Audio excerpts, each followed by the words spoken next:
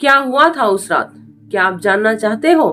रात के ठीक 2 बजे थे और उस होटल के कमरे नंबर 7 से किसी औरत की चीखने की आवाज आ रही थी। लेकिन सबसे डरावनी बात यह थी कि वो कमरा पिछले 11 सालों से बंद था और उसके अंदर कोई भी नहीं था। राजस्थान के दौसा जिले में स्थित मेहंदीपुर बालाजी मंदिर के आसपास ऐसी कई कहानियां सुनने को मिलती हैं, जिन्हें लोग सच भी मानते हैं और अंधविश्वास भी। लेकिन जो कहानी मैं बताने जा रही हूँ वो ऐसी घटना है जिसने 4 लोगों की जिंदगी हमेशा के लिए बदल दी। ये कहानी है रोहित, उसकी पत्नी नेहा, उसके छोटे भाई अमन और उसकी दोस्त पूजा की। चारों दिल्ली से मेहंदीपुर बालाजी दर्शन के लिए निकले थे। रोहित की माँ पिछले कई महीनों से अजीब व्यवहार कर रही थी। कभी रात में अचानक चिल्लाने लगती थी, कभी किसी को भी पहचानती नहीं थी और घंटों कमरे के कोने में बैठकर पता नहीं किससे बातें करती रहती थी। डॉक्टरों ने कहा यह मानसिक बीमारी हो सकती है, लेकिन परिवार वालों को लगा कि मामला कुछ और है, इसलिए रोहित अपनी माँ को लेकर बालाजी आया था। पूरे दिन दर्शन और पूजा पाठ में निकल गया। शाम तक माँ की हालत कुछ बेहतर होने लगी। रोहित को लगा सब ठीक हो जाएगा, लेकिन उसे नहीं पता था असली डर तो अब शुरू हुआ था।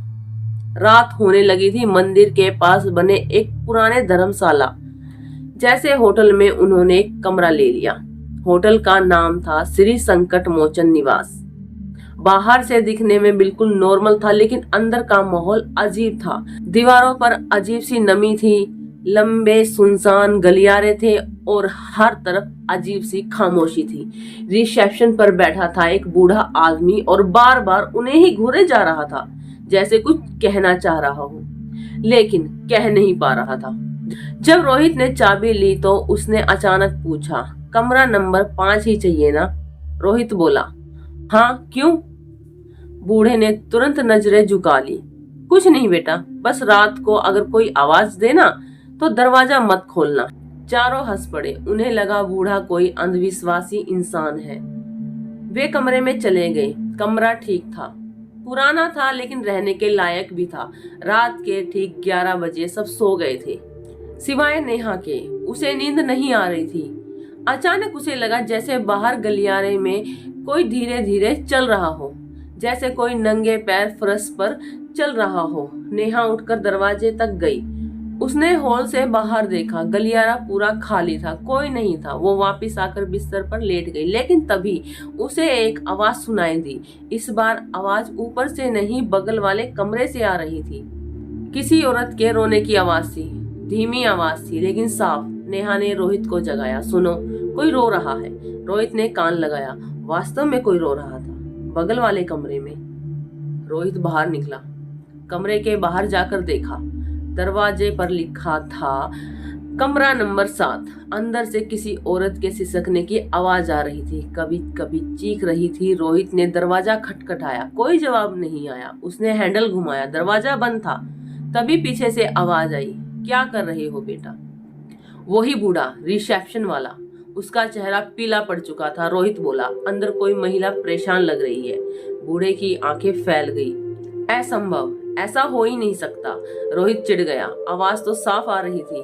बूढ़ा कुछ सेकंड के लिए चुप रहा, फिर कांपती आवाज में बोला, कमरा नंबर 7 11 साल से बंद है। रोहित हंस पड़ा। मजाक मत करो। लेकिन बूढ़ा नहीं हंस रहा था। उसकी आंखों में डर साफ दिखाई दे रहा था, सच्चा डर। 11 साल पहले यहाँ एक औरत रुकी थी। अगली सुबह वो कमरे में मरी हुई मिली। उसके बाद से ये कमरा कभी नहीं खुला। अचानक अंदर से एक जोरदार चीख सुनाई दी, इतनी तेज कि पूरा गलियारा गूंज गया। नेहा भी बाहर आ गई, पूजा भी बाहर आ गई, अमन भी। सभी के चेहरे सफेद पड़े हुए थे और तभी दरवाजे की दरार से नीचे से कुछ बहता हुआ निकल कर आया, लाल रंग का, खून जैसा, धीरे धीरे बाहर आता हुआ। नेहा चीख पड़ी। बूढ़ा पीछे हट गया, उसके हाथ कांपने लगे, लेकिन अगले ही पल वो लाल चीज जो बाहर निकल रही थी एकदम से गायब हो गई, जैसे कभी वहां थी ही नहीं। अमन ने मोबाइल की टॉर्च जलाई। फर्श बिल्कुल साफ था, एक भी बूंद नहीं थी। अब सभी की सांसें तेज तेज से चलने लगी। तभी कमरे के अंदर से किसी औरत की आवाज आई, बहुत धीमी आवाज, बिल्कुल साफ, मुझे बाहर निकालो प्लीज। और उसी पल कमरा नंबर 7 का दरवाजा अपने आप धीरे धीरे खुलने लगा। सब ने देखा बड़े ध्यान से कि दरवाजा अपने आप, वो भी धीरे धीरे खुल रहा है। उसकी आवाज सुनकर ऐसा लग रहा था जैसे वर्षों से जंग लगे इस ताले को जबरदस्ती खोला जा रहा हो। गलियारे में मौजूद सभी लोगों की सांस रुक गई। सब खड़े थे, रोहित, नेहा, अमन, पूजा और वो बूढ़ा रिसेप्शन वाला। दरवाजा पूरा खुल चुका था। सबकी नजर अंदर गई और अगले ही पल सबके शरीर में जैसे डर की झुंझुनी दौड़ गई हो, क्योंकि कमरा बिल्कुल खाली था। कोई औरत नहीं थी, कोई इंसान नहीं था, कोई सामान नहीं था, कुछ भी नहीं था। कमरे में सिर्फ एक पुराना लकड़ी का पलंग पड़ा था, जिस पर मोटी मोटी धूल की परतें जमी थी। ऐसा लग रहा था जैसे सालों से यहाँ किसी ने कदम भी नहीं रखा हो। लेकिन सबसे अजीब चीज थी दीवारें। पूरे कमरे में दीवारों पर नाखूनों से खुरेच खुरेच कर सैकड़ों निशान बना रखे थे। कुछ जगहों पर शब्द भी लिखे थे, मुझे जाने दो। वो वापस आ गया, दरवाजा मत खोलना। नेहा का गला सूख गया, ये सब किसने लिखा होगा? बूढ़ा कुछ नहीं बोला, उसकी आंखें जमीन पर थी, जैसे वो पहले से ही सब जानता हो। अमन हिम्मत कर कर अंदर गया, मोबाइल की टॉर्च चारों तरफ घुमाई। तभी उसकी रोशनी एक कोने में गई और वो वहीं जम गया। उसने जोर से चिल्लाकर कहा, भैया। उसकी आवाज कांप भी रही थी। इधर देखो। सबकी नजर उस कोने पर गई। वहां दीवार पर एक पुरानी तस्वीर टकी थी। एक औरत की तस्वीर टकी हुई थी। लगभग 30 साल की उम्र होगी। चेहरे पर अजीब सी मुस्कान थी, लेकिन तस्वीर पर मोटी धूल जमी हुई थी। ऐसा लग रहा था जैसे कई सालों से किसी ने धूल हटाई नहीं हो। रोहित आगे बढ़ा, उसने तस्वीर उठाई। पीछे कुछ लिखा हुआ था लाल शाही से, अगर ये तस्वीर तुम्हें मिली है तो यहाँ से भाग जाओ। पूजा की रीढ़ की हड्डी में जैसे जम सा लग गया हो।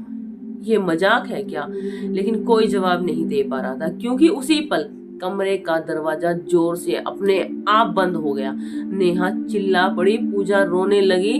अमन दरवाजे की तरफ दौड़ा, लेकिन दरवाजा नहीं खुल रहा था, जैसे बाहर से किसी ने बंद कर दिया हो। और तभी कमरे का तापमान अचानक से गिरने लगा, इतना कि सबके मुंह से धुआं निकलने लगा। गर्मी का मौसम था, फिर भी ऐसा लग रहा था जैसे कि किसी ने कमरे में बर्फ ही बर्फ भर दी हो। फिर एक आवाज आई, बहुत पास से, इतनी पास जैसे किसी ने कान के ठीक पीछे खड़े होकर फुसफुसाया हो, तुम लोग भी मर जाओगे। पूजा जोर से चीखी, क्योंकि वो आवाज उसी के कान के पीछे से आई थी, लेकिन पीछे कोई था ही नहीं। तभी कमरे के कोने में रखी तस्वीर अपने आप जमीन पर गिर गई।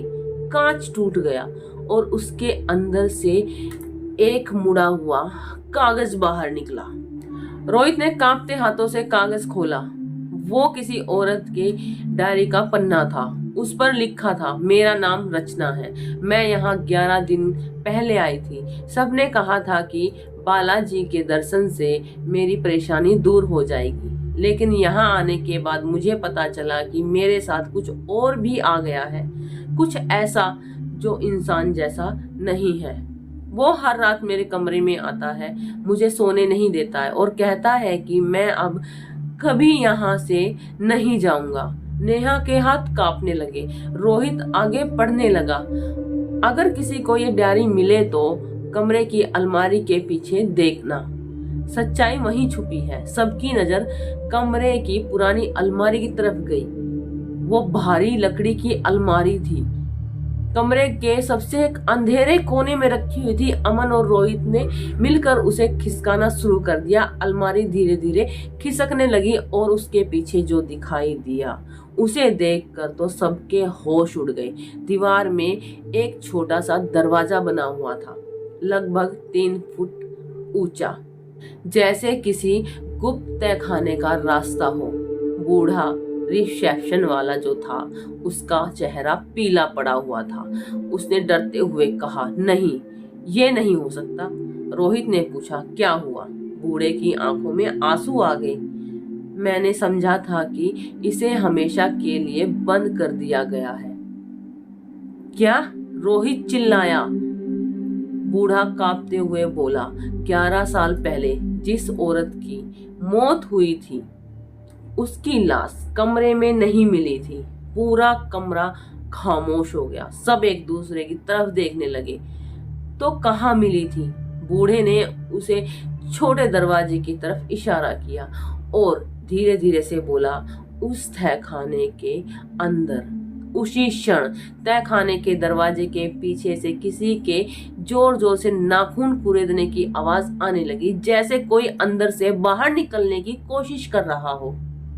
और फिर एक महिला की दर्दनाक चीख पूरे कमरे में गूंज उठी, मुझे बाहर निकालो, वो फिर से आ गया है। महिला की चीख पूरे कमरे में गूंज रही थी। नाखूनों से घिसने की आवाज लगातार आ रही थी, लगातार।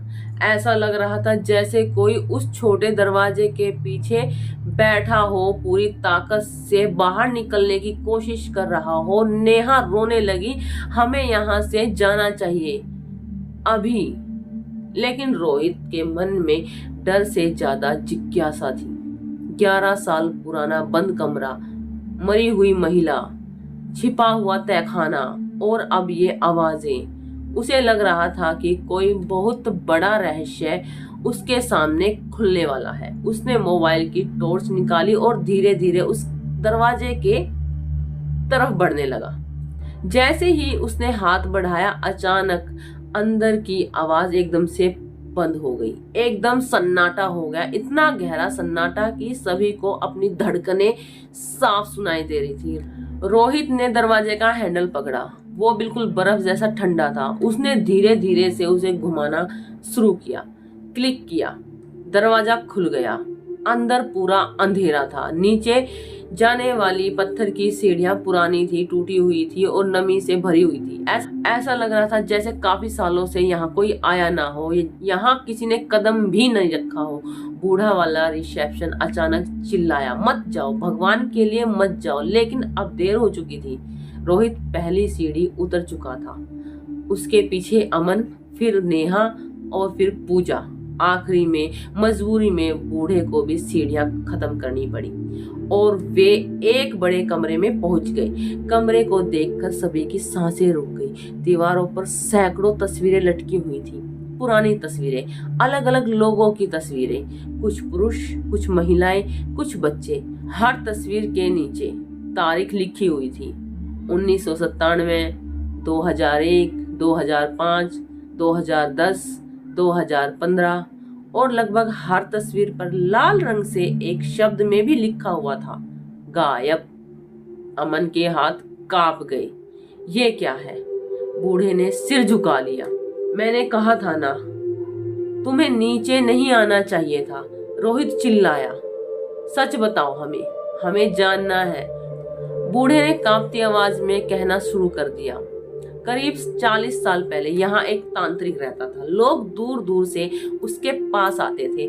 वो दावा करता था कि आत्माओं को बांध सकता है, लेकिन एक दिन उसने कुछ ऐसा बुला लिया जिसे वापस भेजना नामुमकिन था।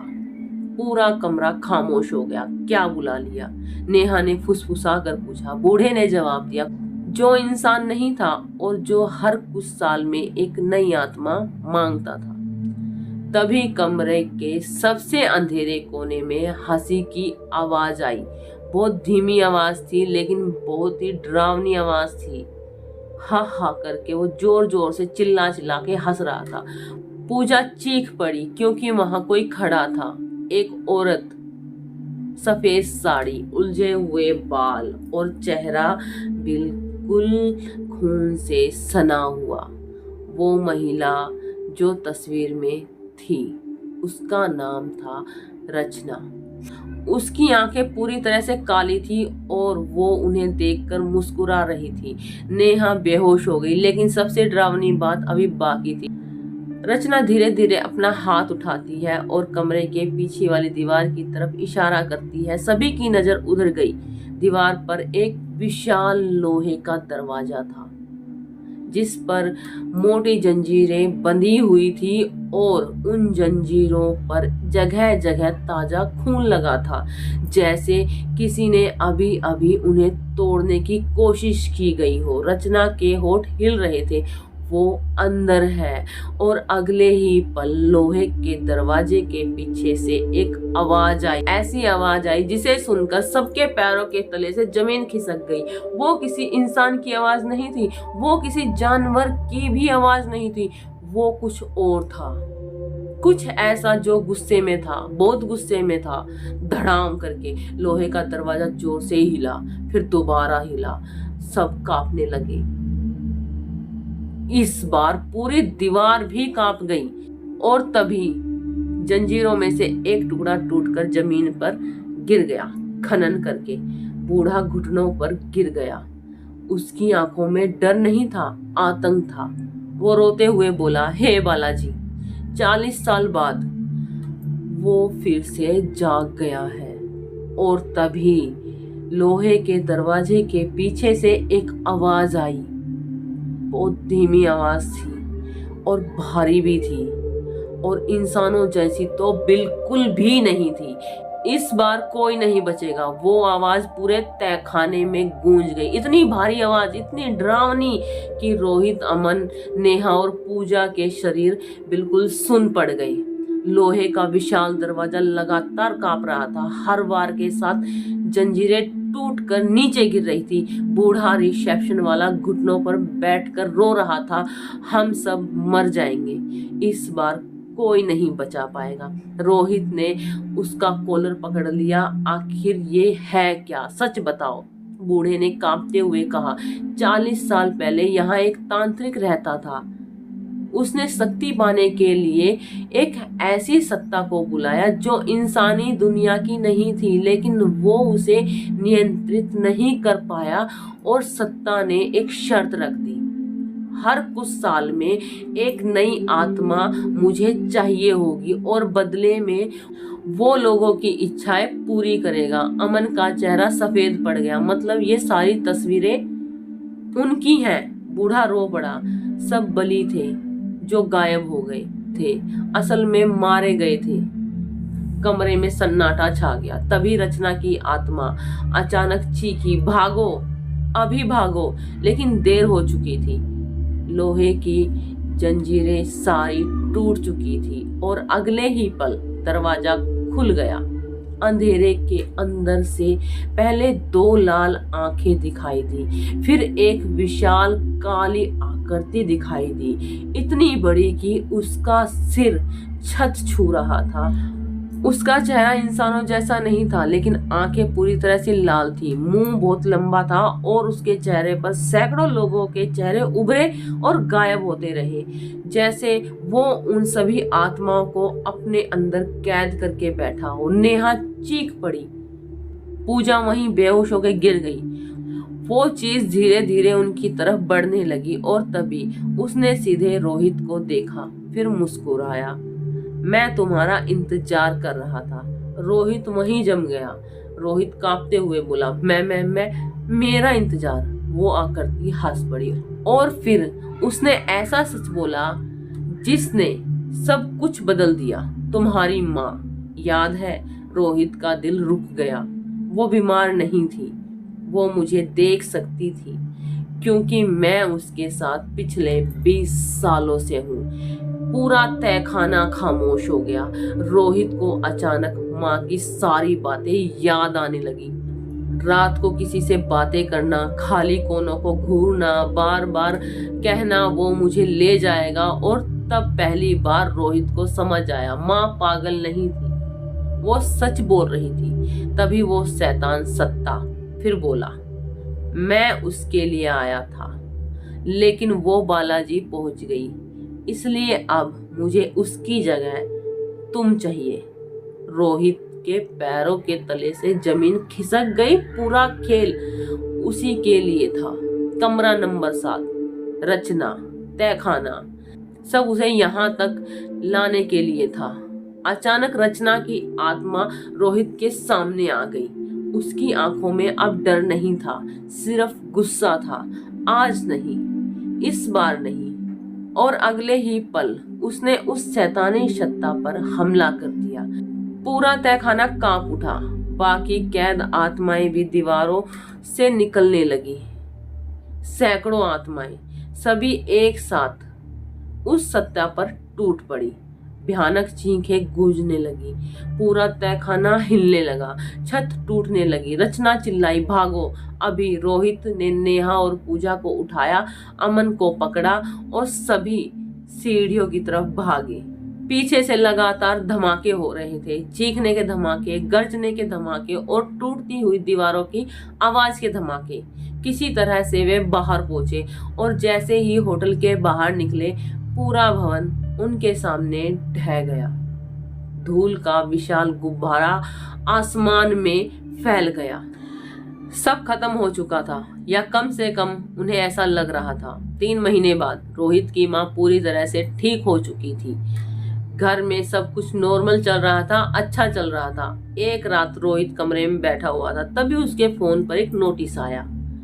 उसने देखा, एक अनजान नंबर से फोटो आया है। उसने फोटो खोली और अगले ही पल उसका खून जम गया। वो सुन बैठ गया। वो फोटो उसी ढहे हुए होटल की थी, लेकिन तस्वीर में एक चीज दिखाई दे रही थी।